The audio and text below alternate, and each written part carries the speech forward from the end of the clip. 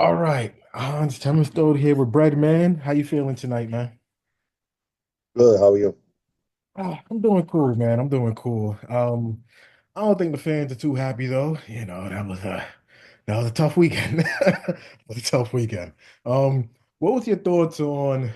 Let me get your overall thoughts on, it comes like the lackluster performances from almost everybody besides, Inoue and Rafael Espinosa. What were your thoughts on everything, man?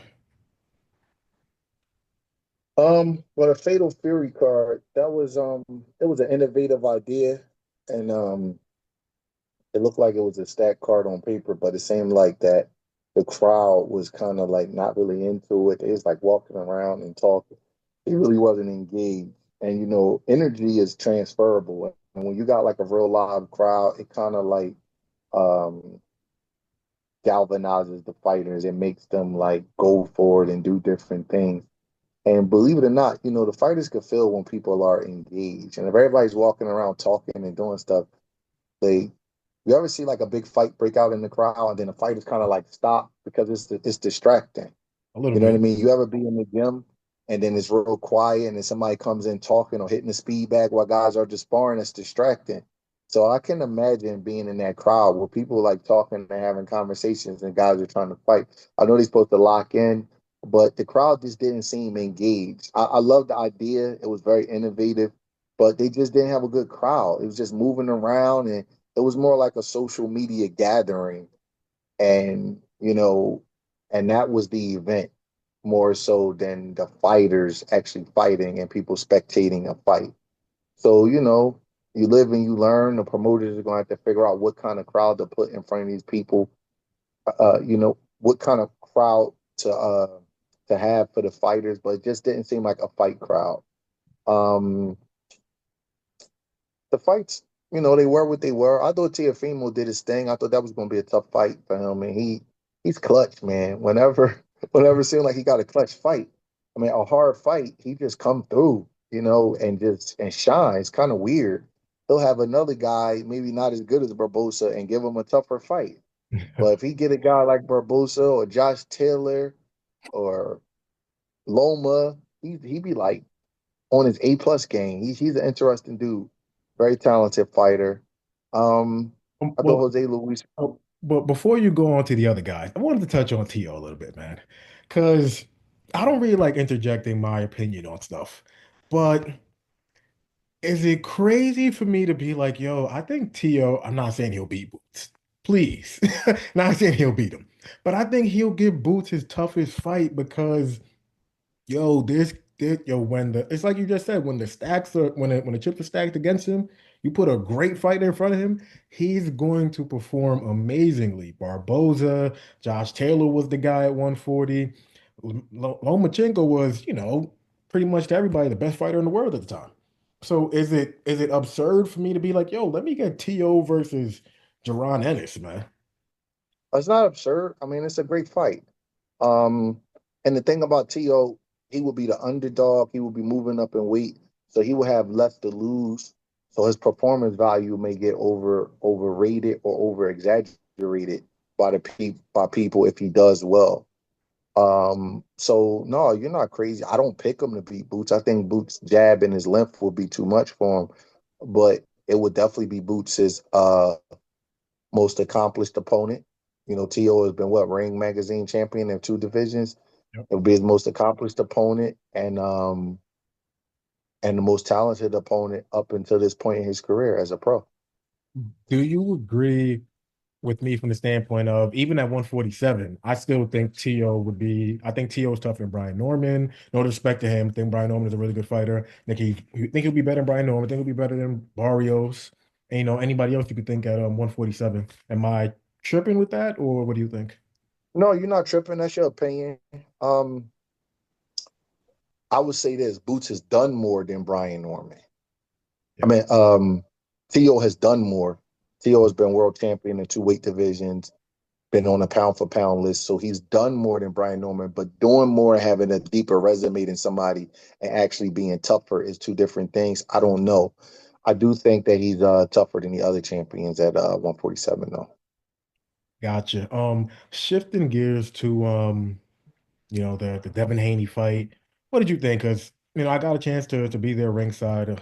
Grateful for that. And got a chance to talk to a bunch of fighters, and a lot of them were just kind of like he was moving a lot. He was moving excessively.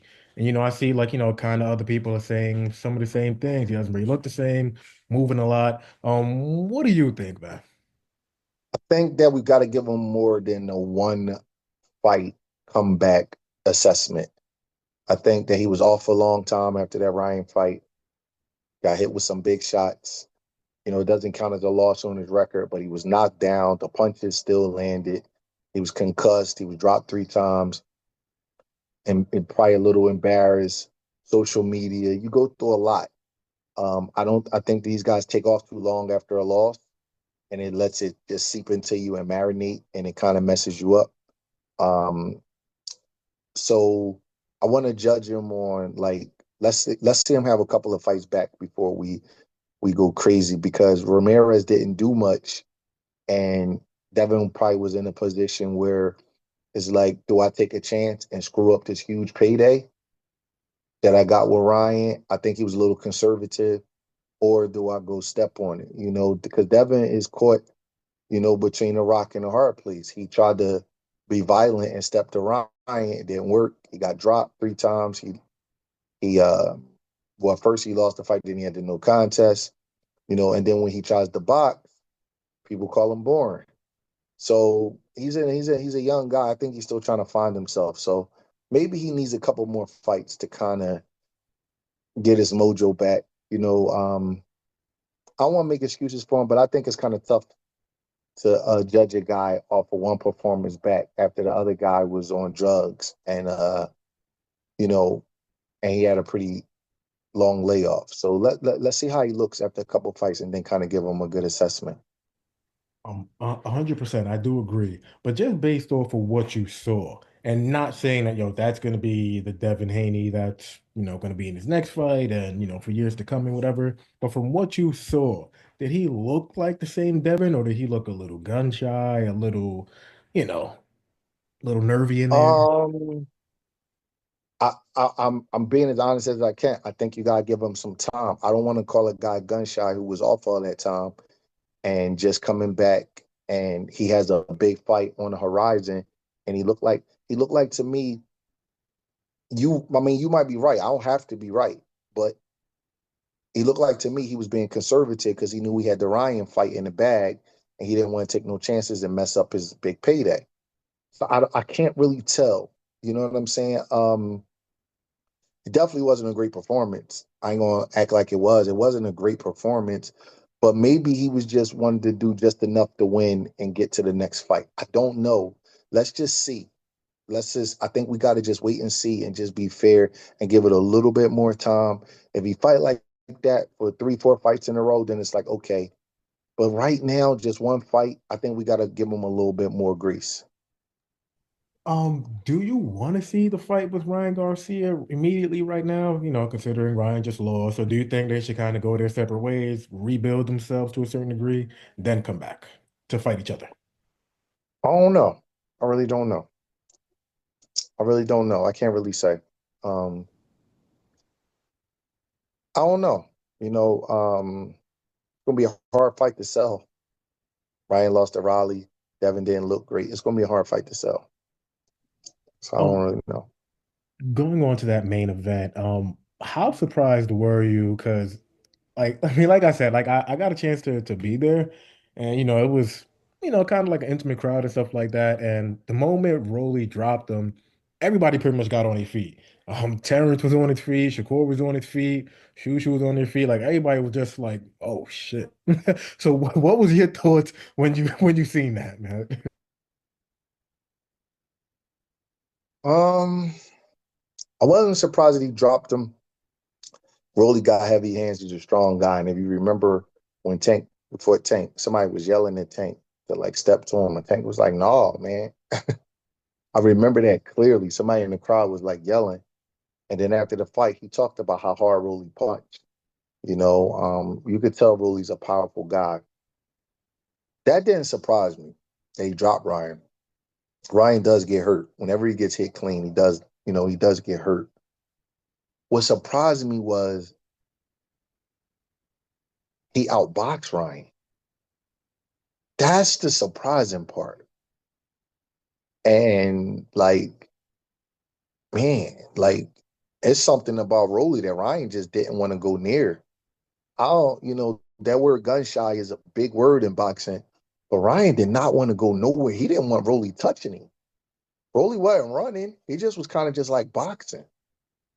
So I didn't think the day that I would see Rolly being able to outbox Ryan Ryan Garcia. That kind of threw me off a little bit. Was it also surprising to see because even when Ryan gets dropped, he got dropped against Luke Campbell. He got up, he was on fire.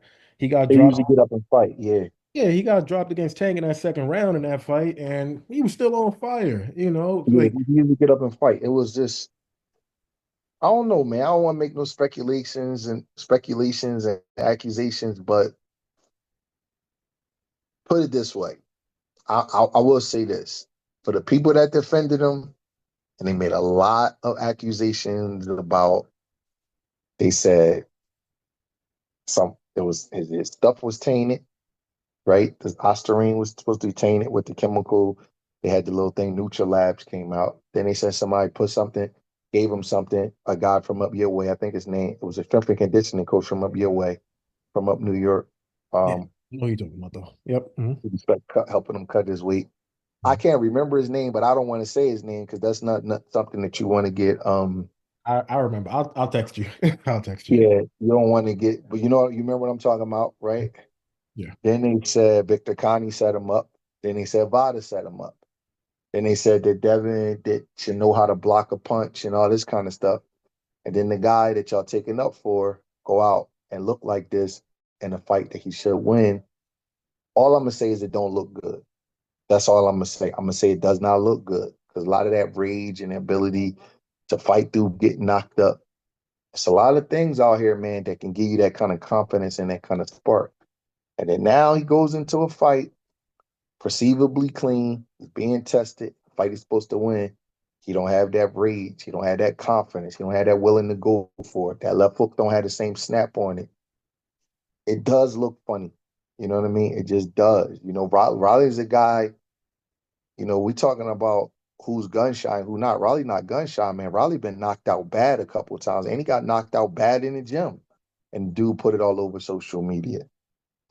Cruz hurt him bad. Tank put him out with one punch. Kid knocked him out on social in the gym and put it all over social media. So Ross. that Ross hurt. Ryan probably should have been able, with his skill set and his punching power, he should have been able to knock Raleigh out. The fact that he couldn't or couldn't come close to it or really didn't really go for it like that, it is suspicious. I mean, it gotta be, right? It has to, the performance has to be suspicious. Put it this way, he didn't do himself any favors for making people believe that his test was like an innocent thing and he can perform without that stuff. That's what I'm gonna say. Do you put any do you put any stock into the layoff? I know in the post-fight press conference he said something like really interesting. He was just like from like during his entire camp, he was just like he couldn't get like progressively sharper. And he was like starting to worry about that towards like the end of training camp. I mean, because you see it all the time. Like, don't matter who you got as a fighter, the fighter they are from day one in training camp, they're a completely different fighter in day 60. So, and he was just like, he just couldn't get that sharpness. So, do you put any credence into like, the whole layoff thing, or it's also tough to? Um, you know what, man? That's a good question. I really don't know. I'm not his trainer. I haven't been around them. And that's a good point. Sometimes, man, you just every camp is different. Every day is different. You're right. Guys, when you getting in shape, your body go down, then it goes back up. So maybe you couldn't get everything because you beat your body up a little bit and then you sort of restore it. Like the middle of camp is like usually kind of tough on guys because the training load starts to take an effect on them, and then they kind of go back up, they peak out and go into a fight. So maybe he just didn't get the full process, due process of camp. I really don't know. Maybe it was the layoff. I don't know, but he was a guy who laid off a lot. He was a guy who, towards the last few years of his career, he wasn't that active. I can remember Oscar De La Hoya coming out and asking him if he wanted the tune up before he fought Tanky. He didn't want one. You remember that? And he didn't want one. So I don't know. It's hard to tell because there's so many mixed signals and mixed messages when it comes from Brian. But he's a money maker. I'm sure well, he probably couldn't afford because he was on suspension, right? Mhm. Um, so I don't know. I don't know. I can't really say what where he was at or whatever, how his camp was, but it may have been a layoff. Who knows? Um, yeah, that's interesting. I remember Oscar De La Hoya really wanting him to take a He tour. criticized him for that. He's like, he should have fought. So when you got a guy have a promoter that's willing to give you comeback fights, and guys like me and you remember that stuff, then you can't go say, well, the layoff was keeping me from being sharp because you obviously a guy that don't like to stay sharp and take comeback fights when your promoter was giving. Because guess what? Everybody doesn't have the luxury of having a promoter that's willing to give them a comeback fight because that's an investment for a promoter. Yeah, You know what I mean? So, he's in a very privileged position because of his star power for the promoter to even be willing to invest in a comeback fight. You know what I'm saying? That's the I you just came from a boxing gym. How many guys in there dying to just get one little fight for 5 grand and they can't get no work? You know what I mean? So this guy could get a fight whenever he want. He got a promoter that's willing to invest in that, and he chose not to. So I don't really know. It doesn't mean that he's lying. It just means that his point of views are inconsistent. for sure. Wanted to ask, because Rolly after the post fight presser, and I'm not even gonna ask you about Rolly fighting Jaron Ennis. I don't think that's makes a lot of sense. But Rolly's the GOAT, so you never know. But Rolly was talking about, hey, he's down to fight all of the champions. So let's just take Boots out of it because he seems to be like on another level or something like that. And maybe we could take out Brian Norman because he seems to be second best guy. Mario Barrios, he might be fighting Manny Pacquiao. If that fight doesn't happen and Barrios fought Rolly, would you pick Rolly or would you pick Barrios? Is it a tough fight? Is it a competitive fight? It's a very competitive fight. Mario Barrows just had a draw with a guy that Rollies might be better than, Mm, right? mm. Yeah, that's a good. And basically, so I don't know. Who would I you pick? think Mario Barrows, man, I don't know, man. Uh,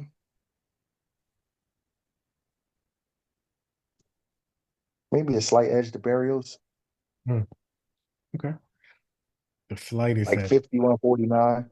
Mm. It's like, Um, Wanted to touch on a little bit the whole Manny Pacquiao thing.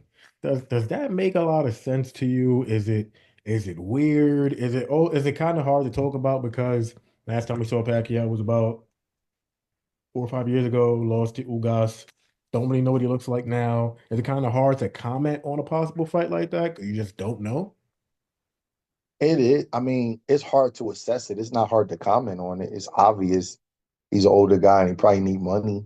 He got a big name. He can still go out and make 10, $20 million whenever he fight. That's pretty much what it is. But I mean, it happens. The history of boxing is filled with that, right? That's a Big fact. name, legendary names. They make comebacks because they can. You know what I mean? My favorite fighter, Sugar Ray Leonard, I never forget. He said he came back against Camacho because he wanted to build a new house. He got a concussion. Got a concussion. He was off. He was off 6 years. 6 years at 40 years old. 6 years at 40 years old, and he came back and he got a concussion because of it. Um, For Manny sure. Pacquiao is 46, about to be 48. He hasn't fought in 4 years. He looked shot 4 years ago. It's gonna be a tough fight, but he probably, they say Manny Pacquiao is very giving, takes care of a lot of family members. He's doesn't really place a value on keeping money to himself. So maybe he's doing it for a greater good. I don't know. But it's gonna be a tough fight for the just the 4 years of him being 46. Just that alone is gonna be tough.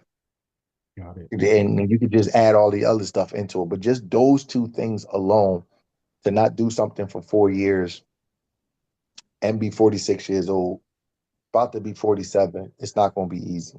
I mean, it's a possibility he can get hurt. Yeah. Give me your assessment on William Skull, man. Give me were you disappointed in how he fought? I mean, I know he has the Cuban style, but were you just disappointed he didn't really go for it more? Everything is on the line. Like, what was your thoughts on him, man? I thought it was disgusting how he fought. I don't never want to see him fight again.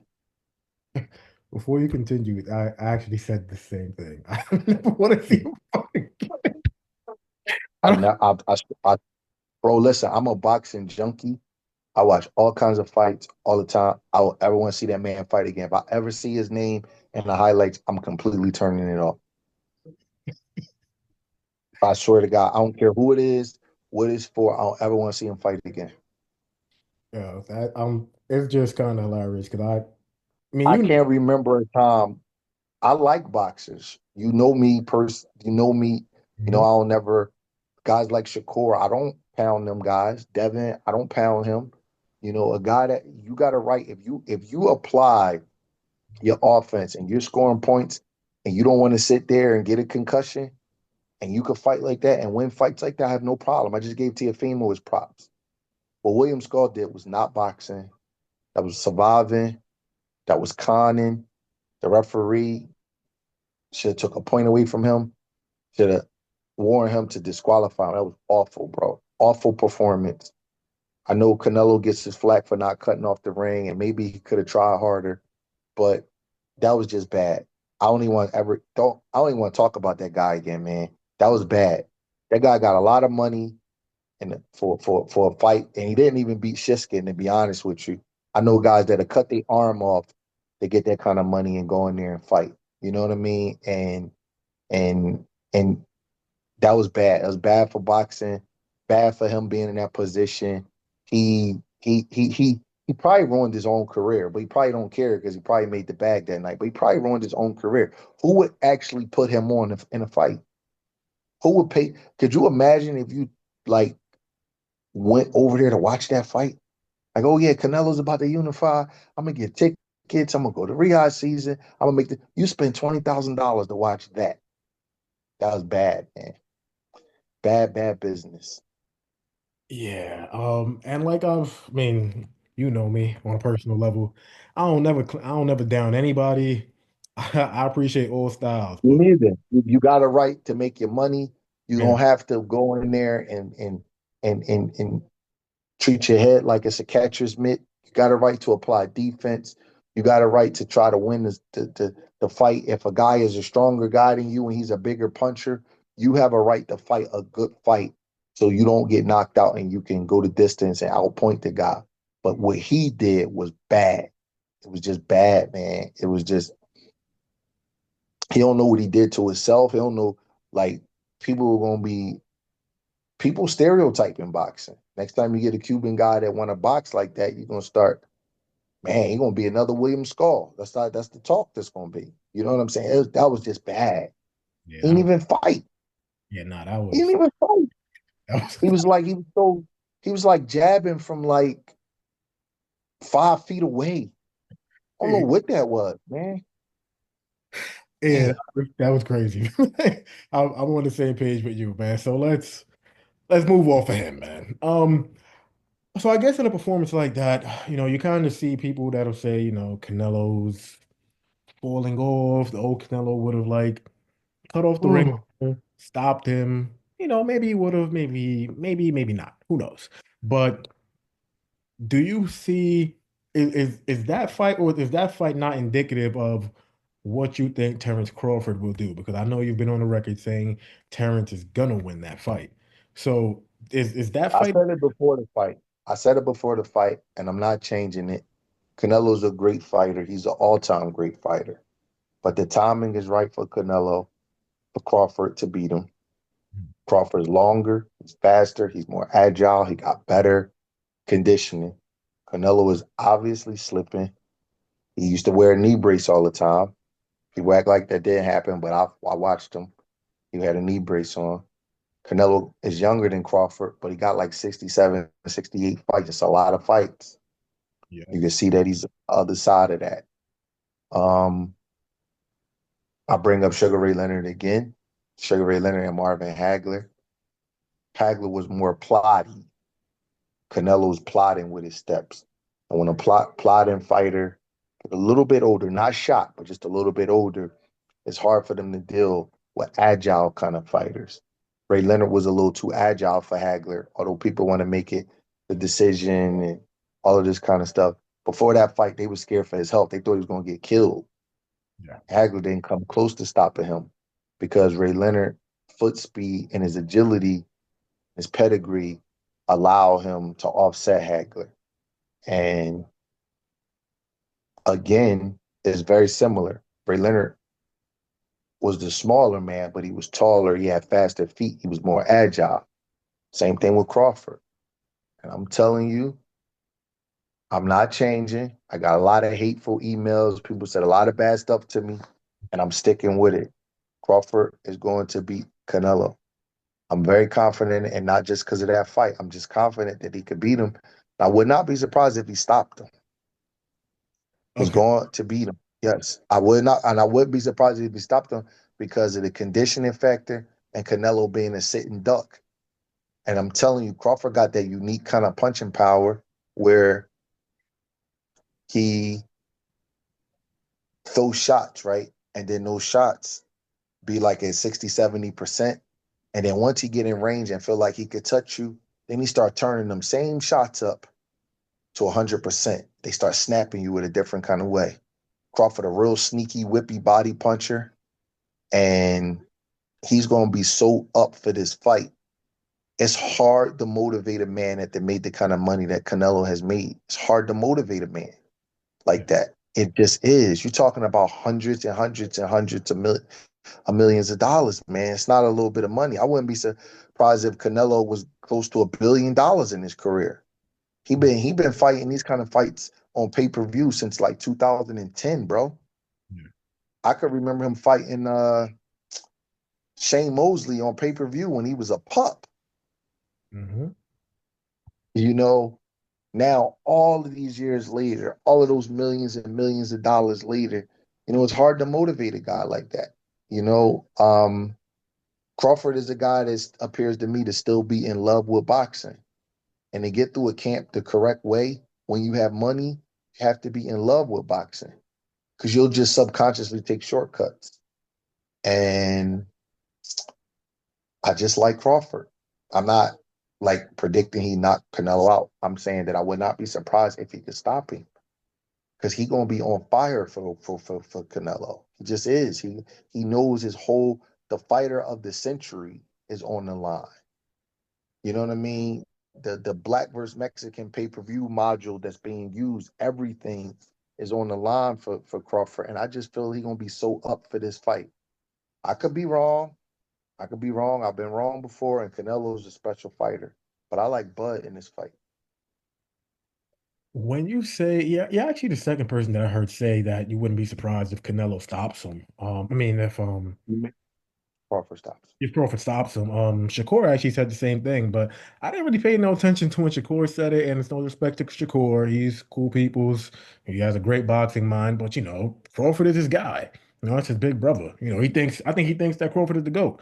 So, I kind of take some of the stuff that he says about him, just like, okay, might be a little bit of bias there. But you're saying that also, and I know you're not biased about the situation. You're saying it's because I know he said that he might be like a sitting duck and during like the later rounds, but You Canelo ever has a see strong chin. he does. But guys with iron chins get stopped. Can Yeah. you believe James Toney stopped Holyfield? Guys with iron chins get stopped. George Foreman got one of the best chins I ever seen in my life. Mm. Life. Yeah. Ali stopped him. Yeah. It can happen. Manny Pacquiao got a very good chin. Marquez clipped him.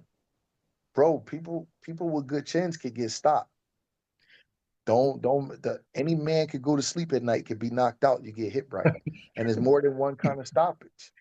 You know Oh, what I'm saying? It's not everything don't have to be, get just it could be a mental stoppage, it could be a corner stoppage. It could be kind of you just capitulate. It could be a fatigue stoppage. It's different kinds of stoppages.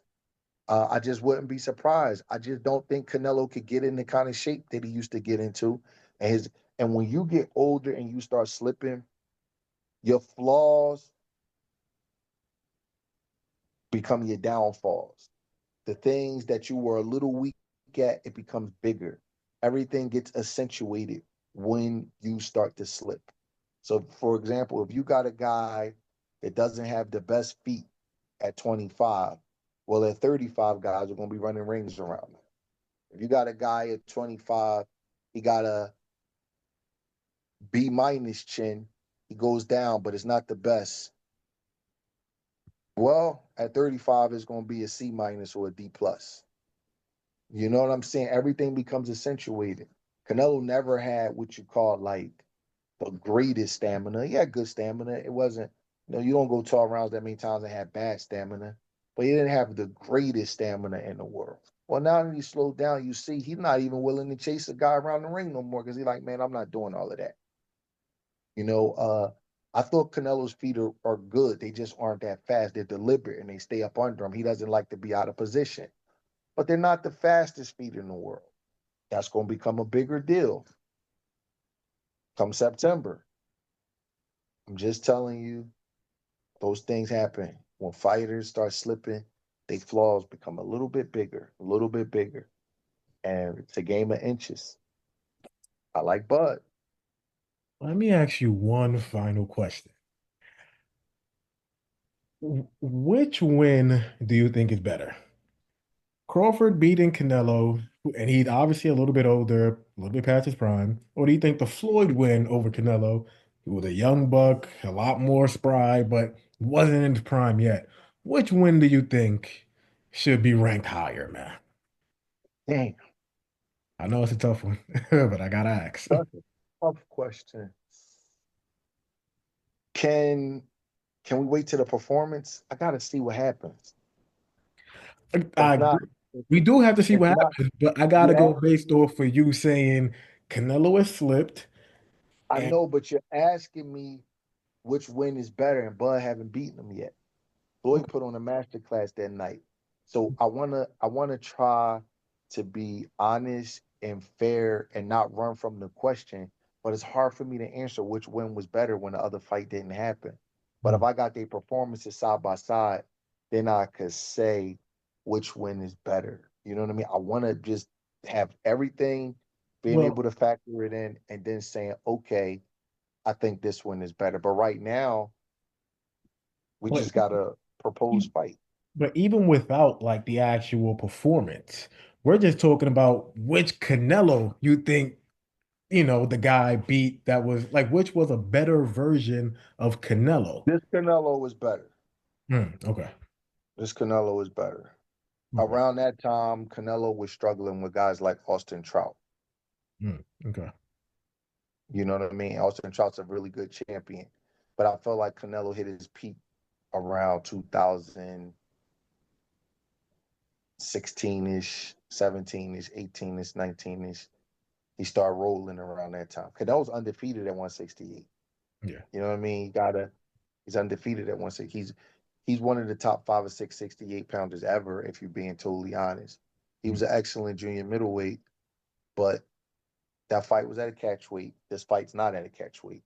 yep. This will be a weight that he's grown into and dominated, whereas he kind of had trouble making the weight down there. So he used to fight a bunch of catch weight fights the other way to give him a little, like he fought a bunch of fights at 155 because 154 was a struggle for him. Mhm. So now I'm not one of the people to take credit away from Floyd and say, well, Canelo was just 23.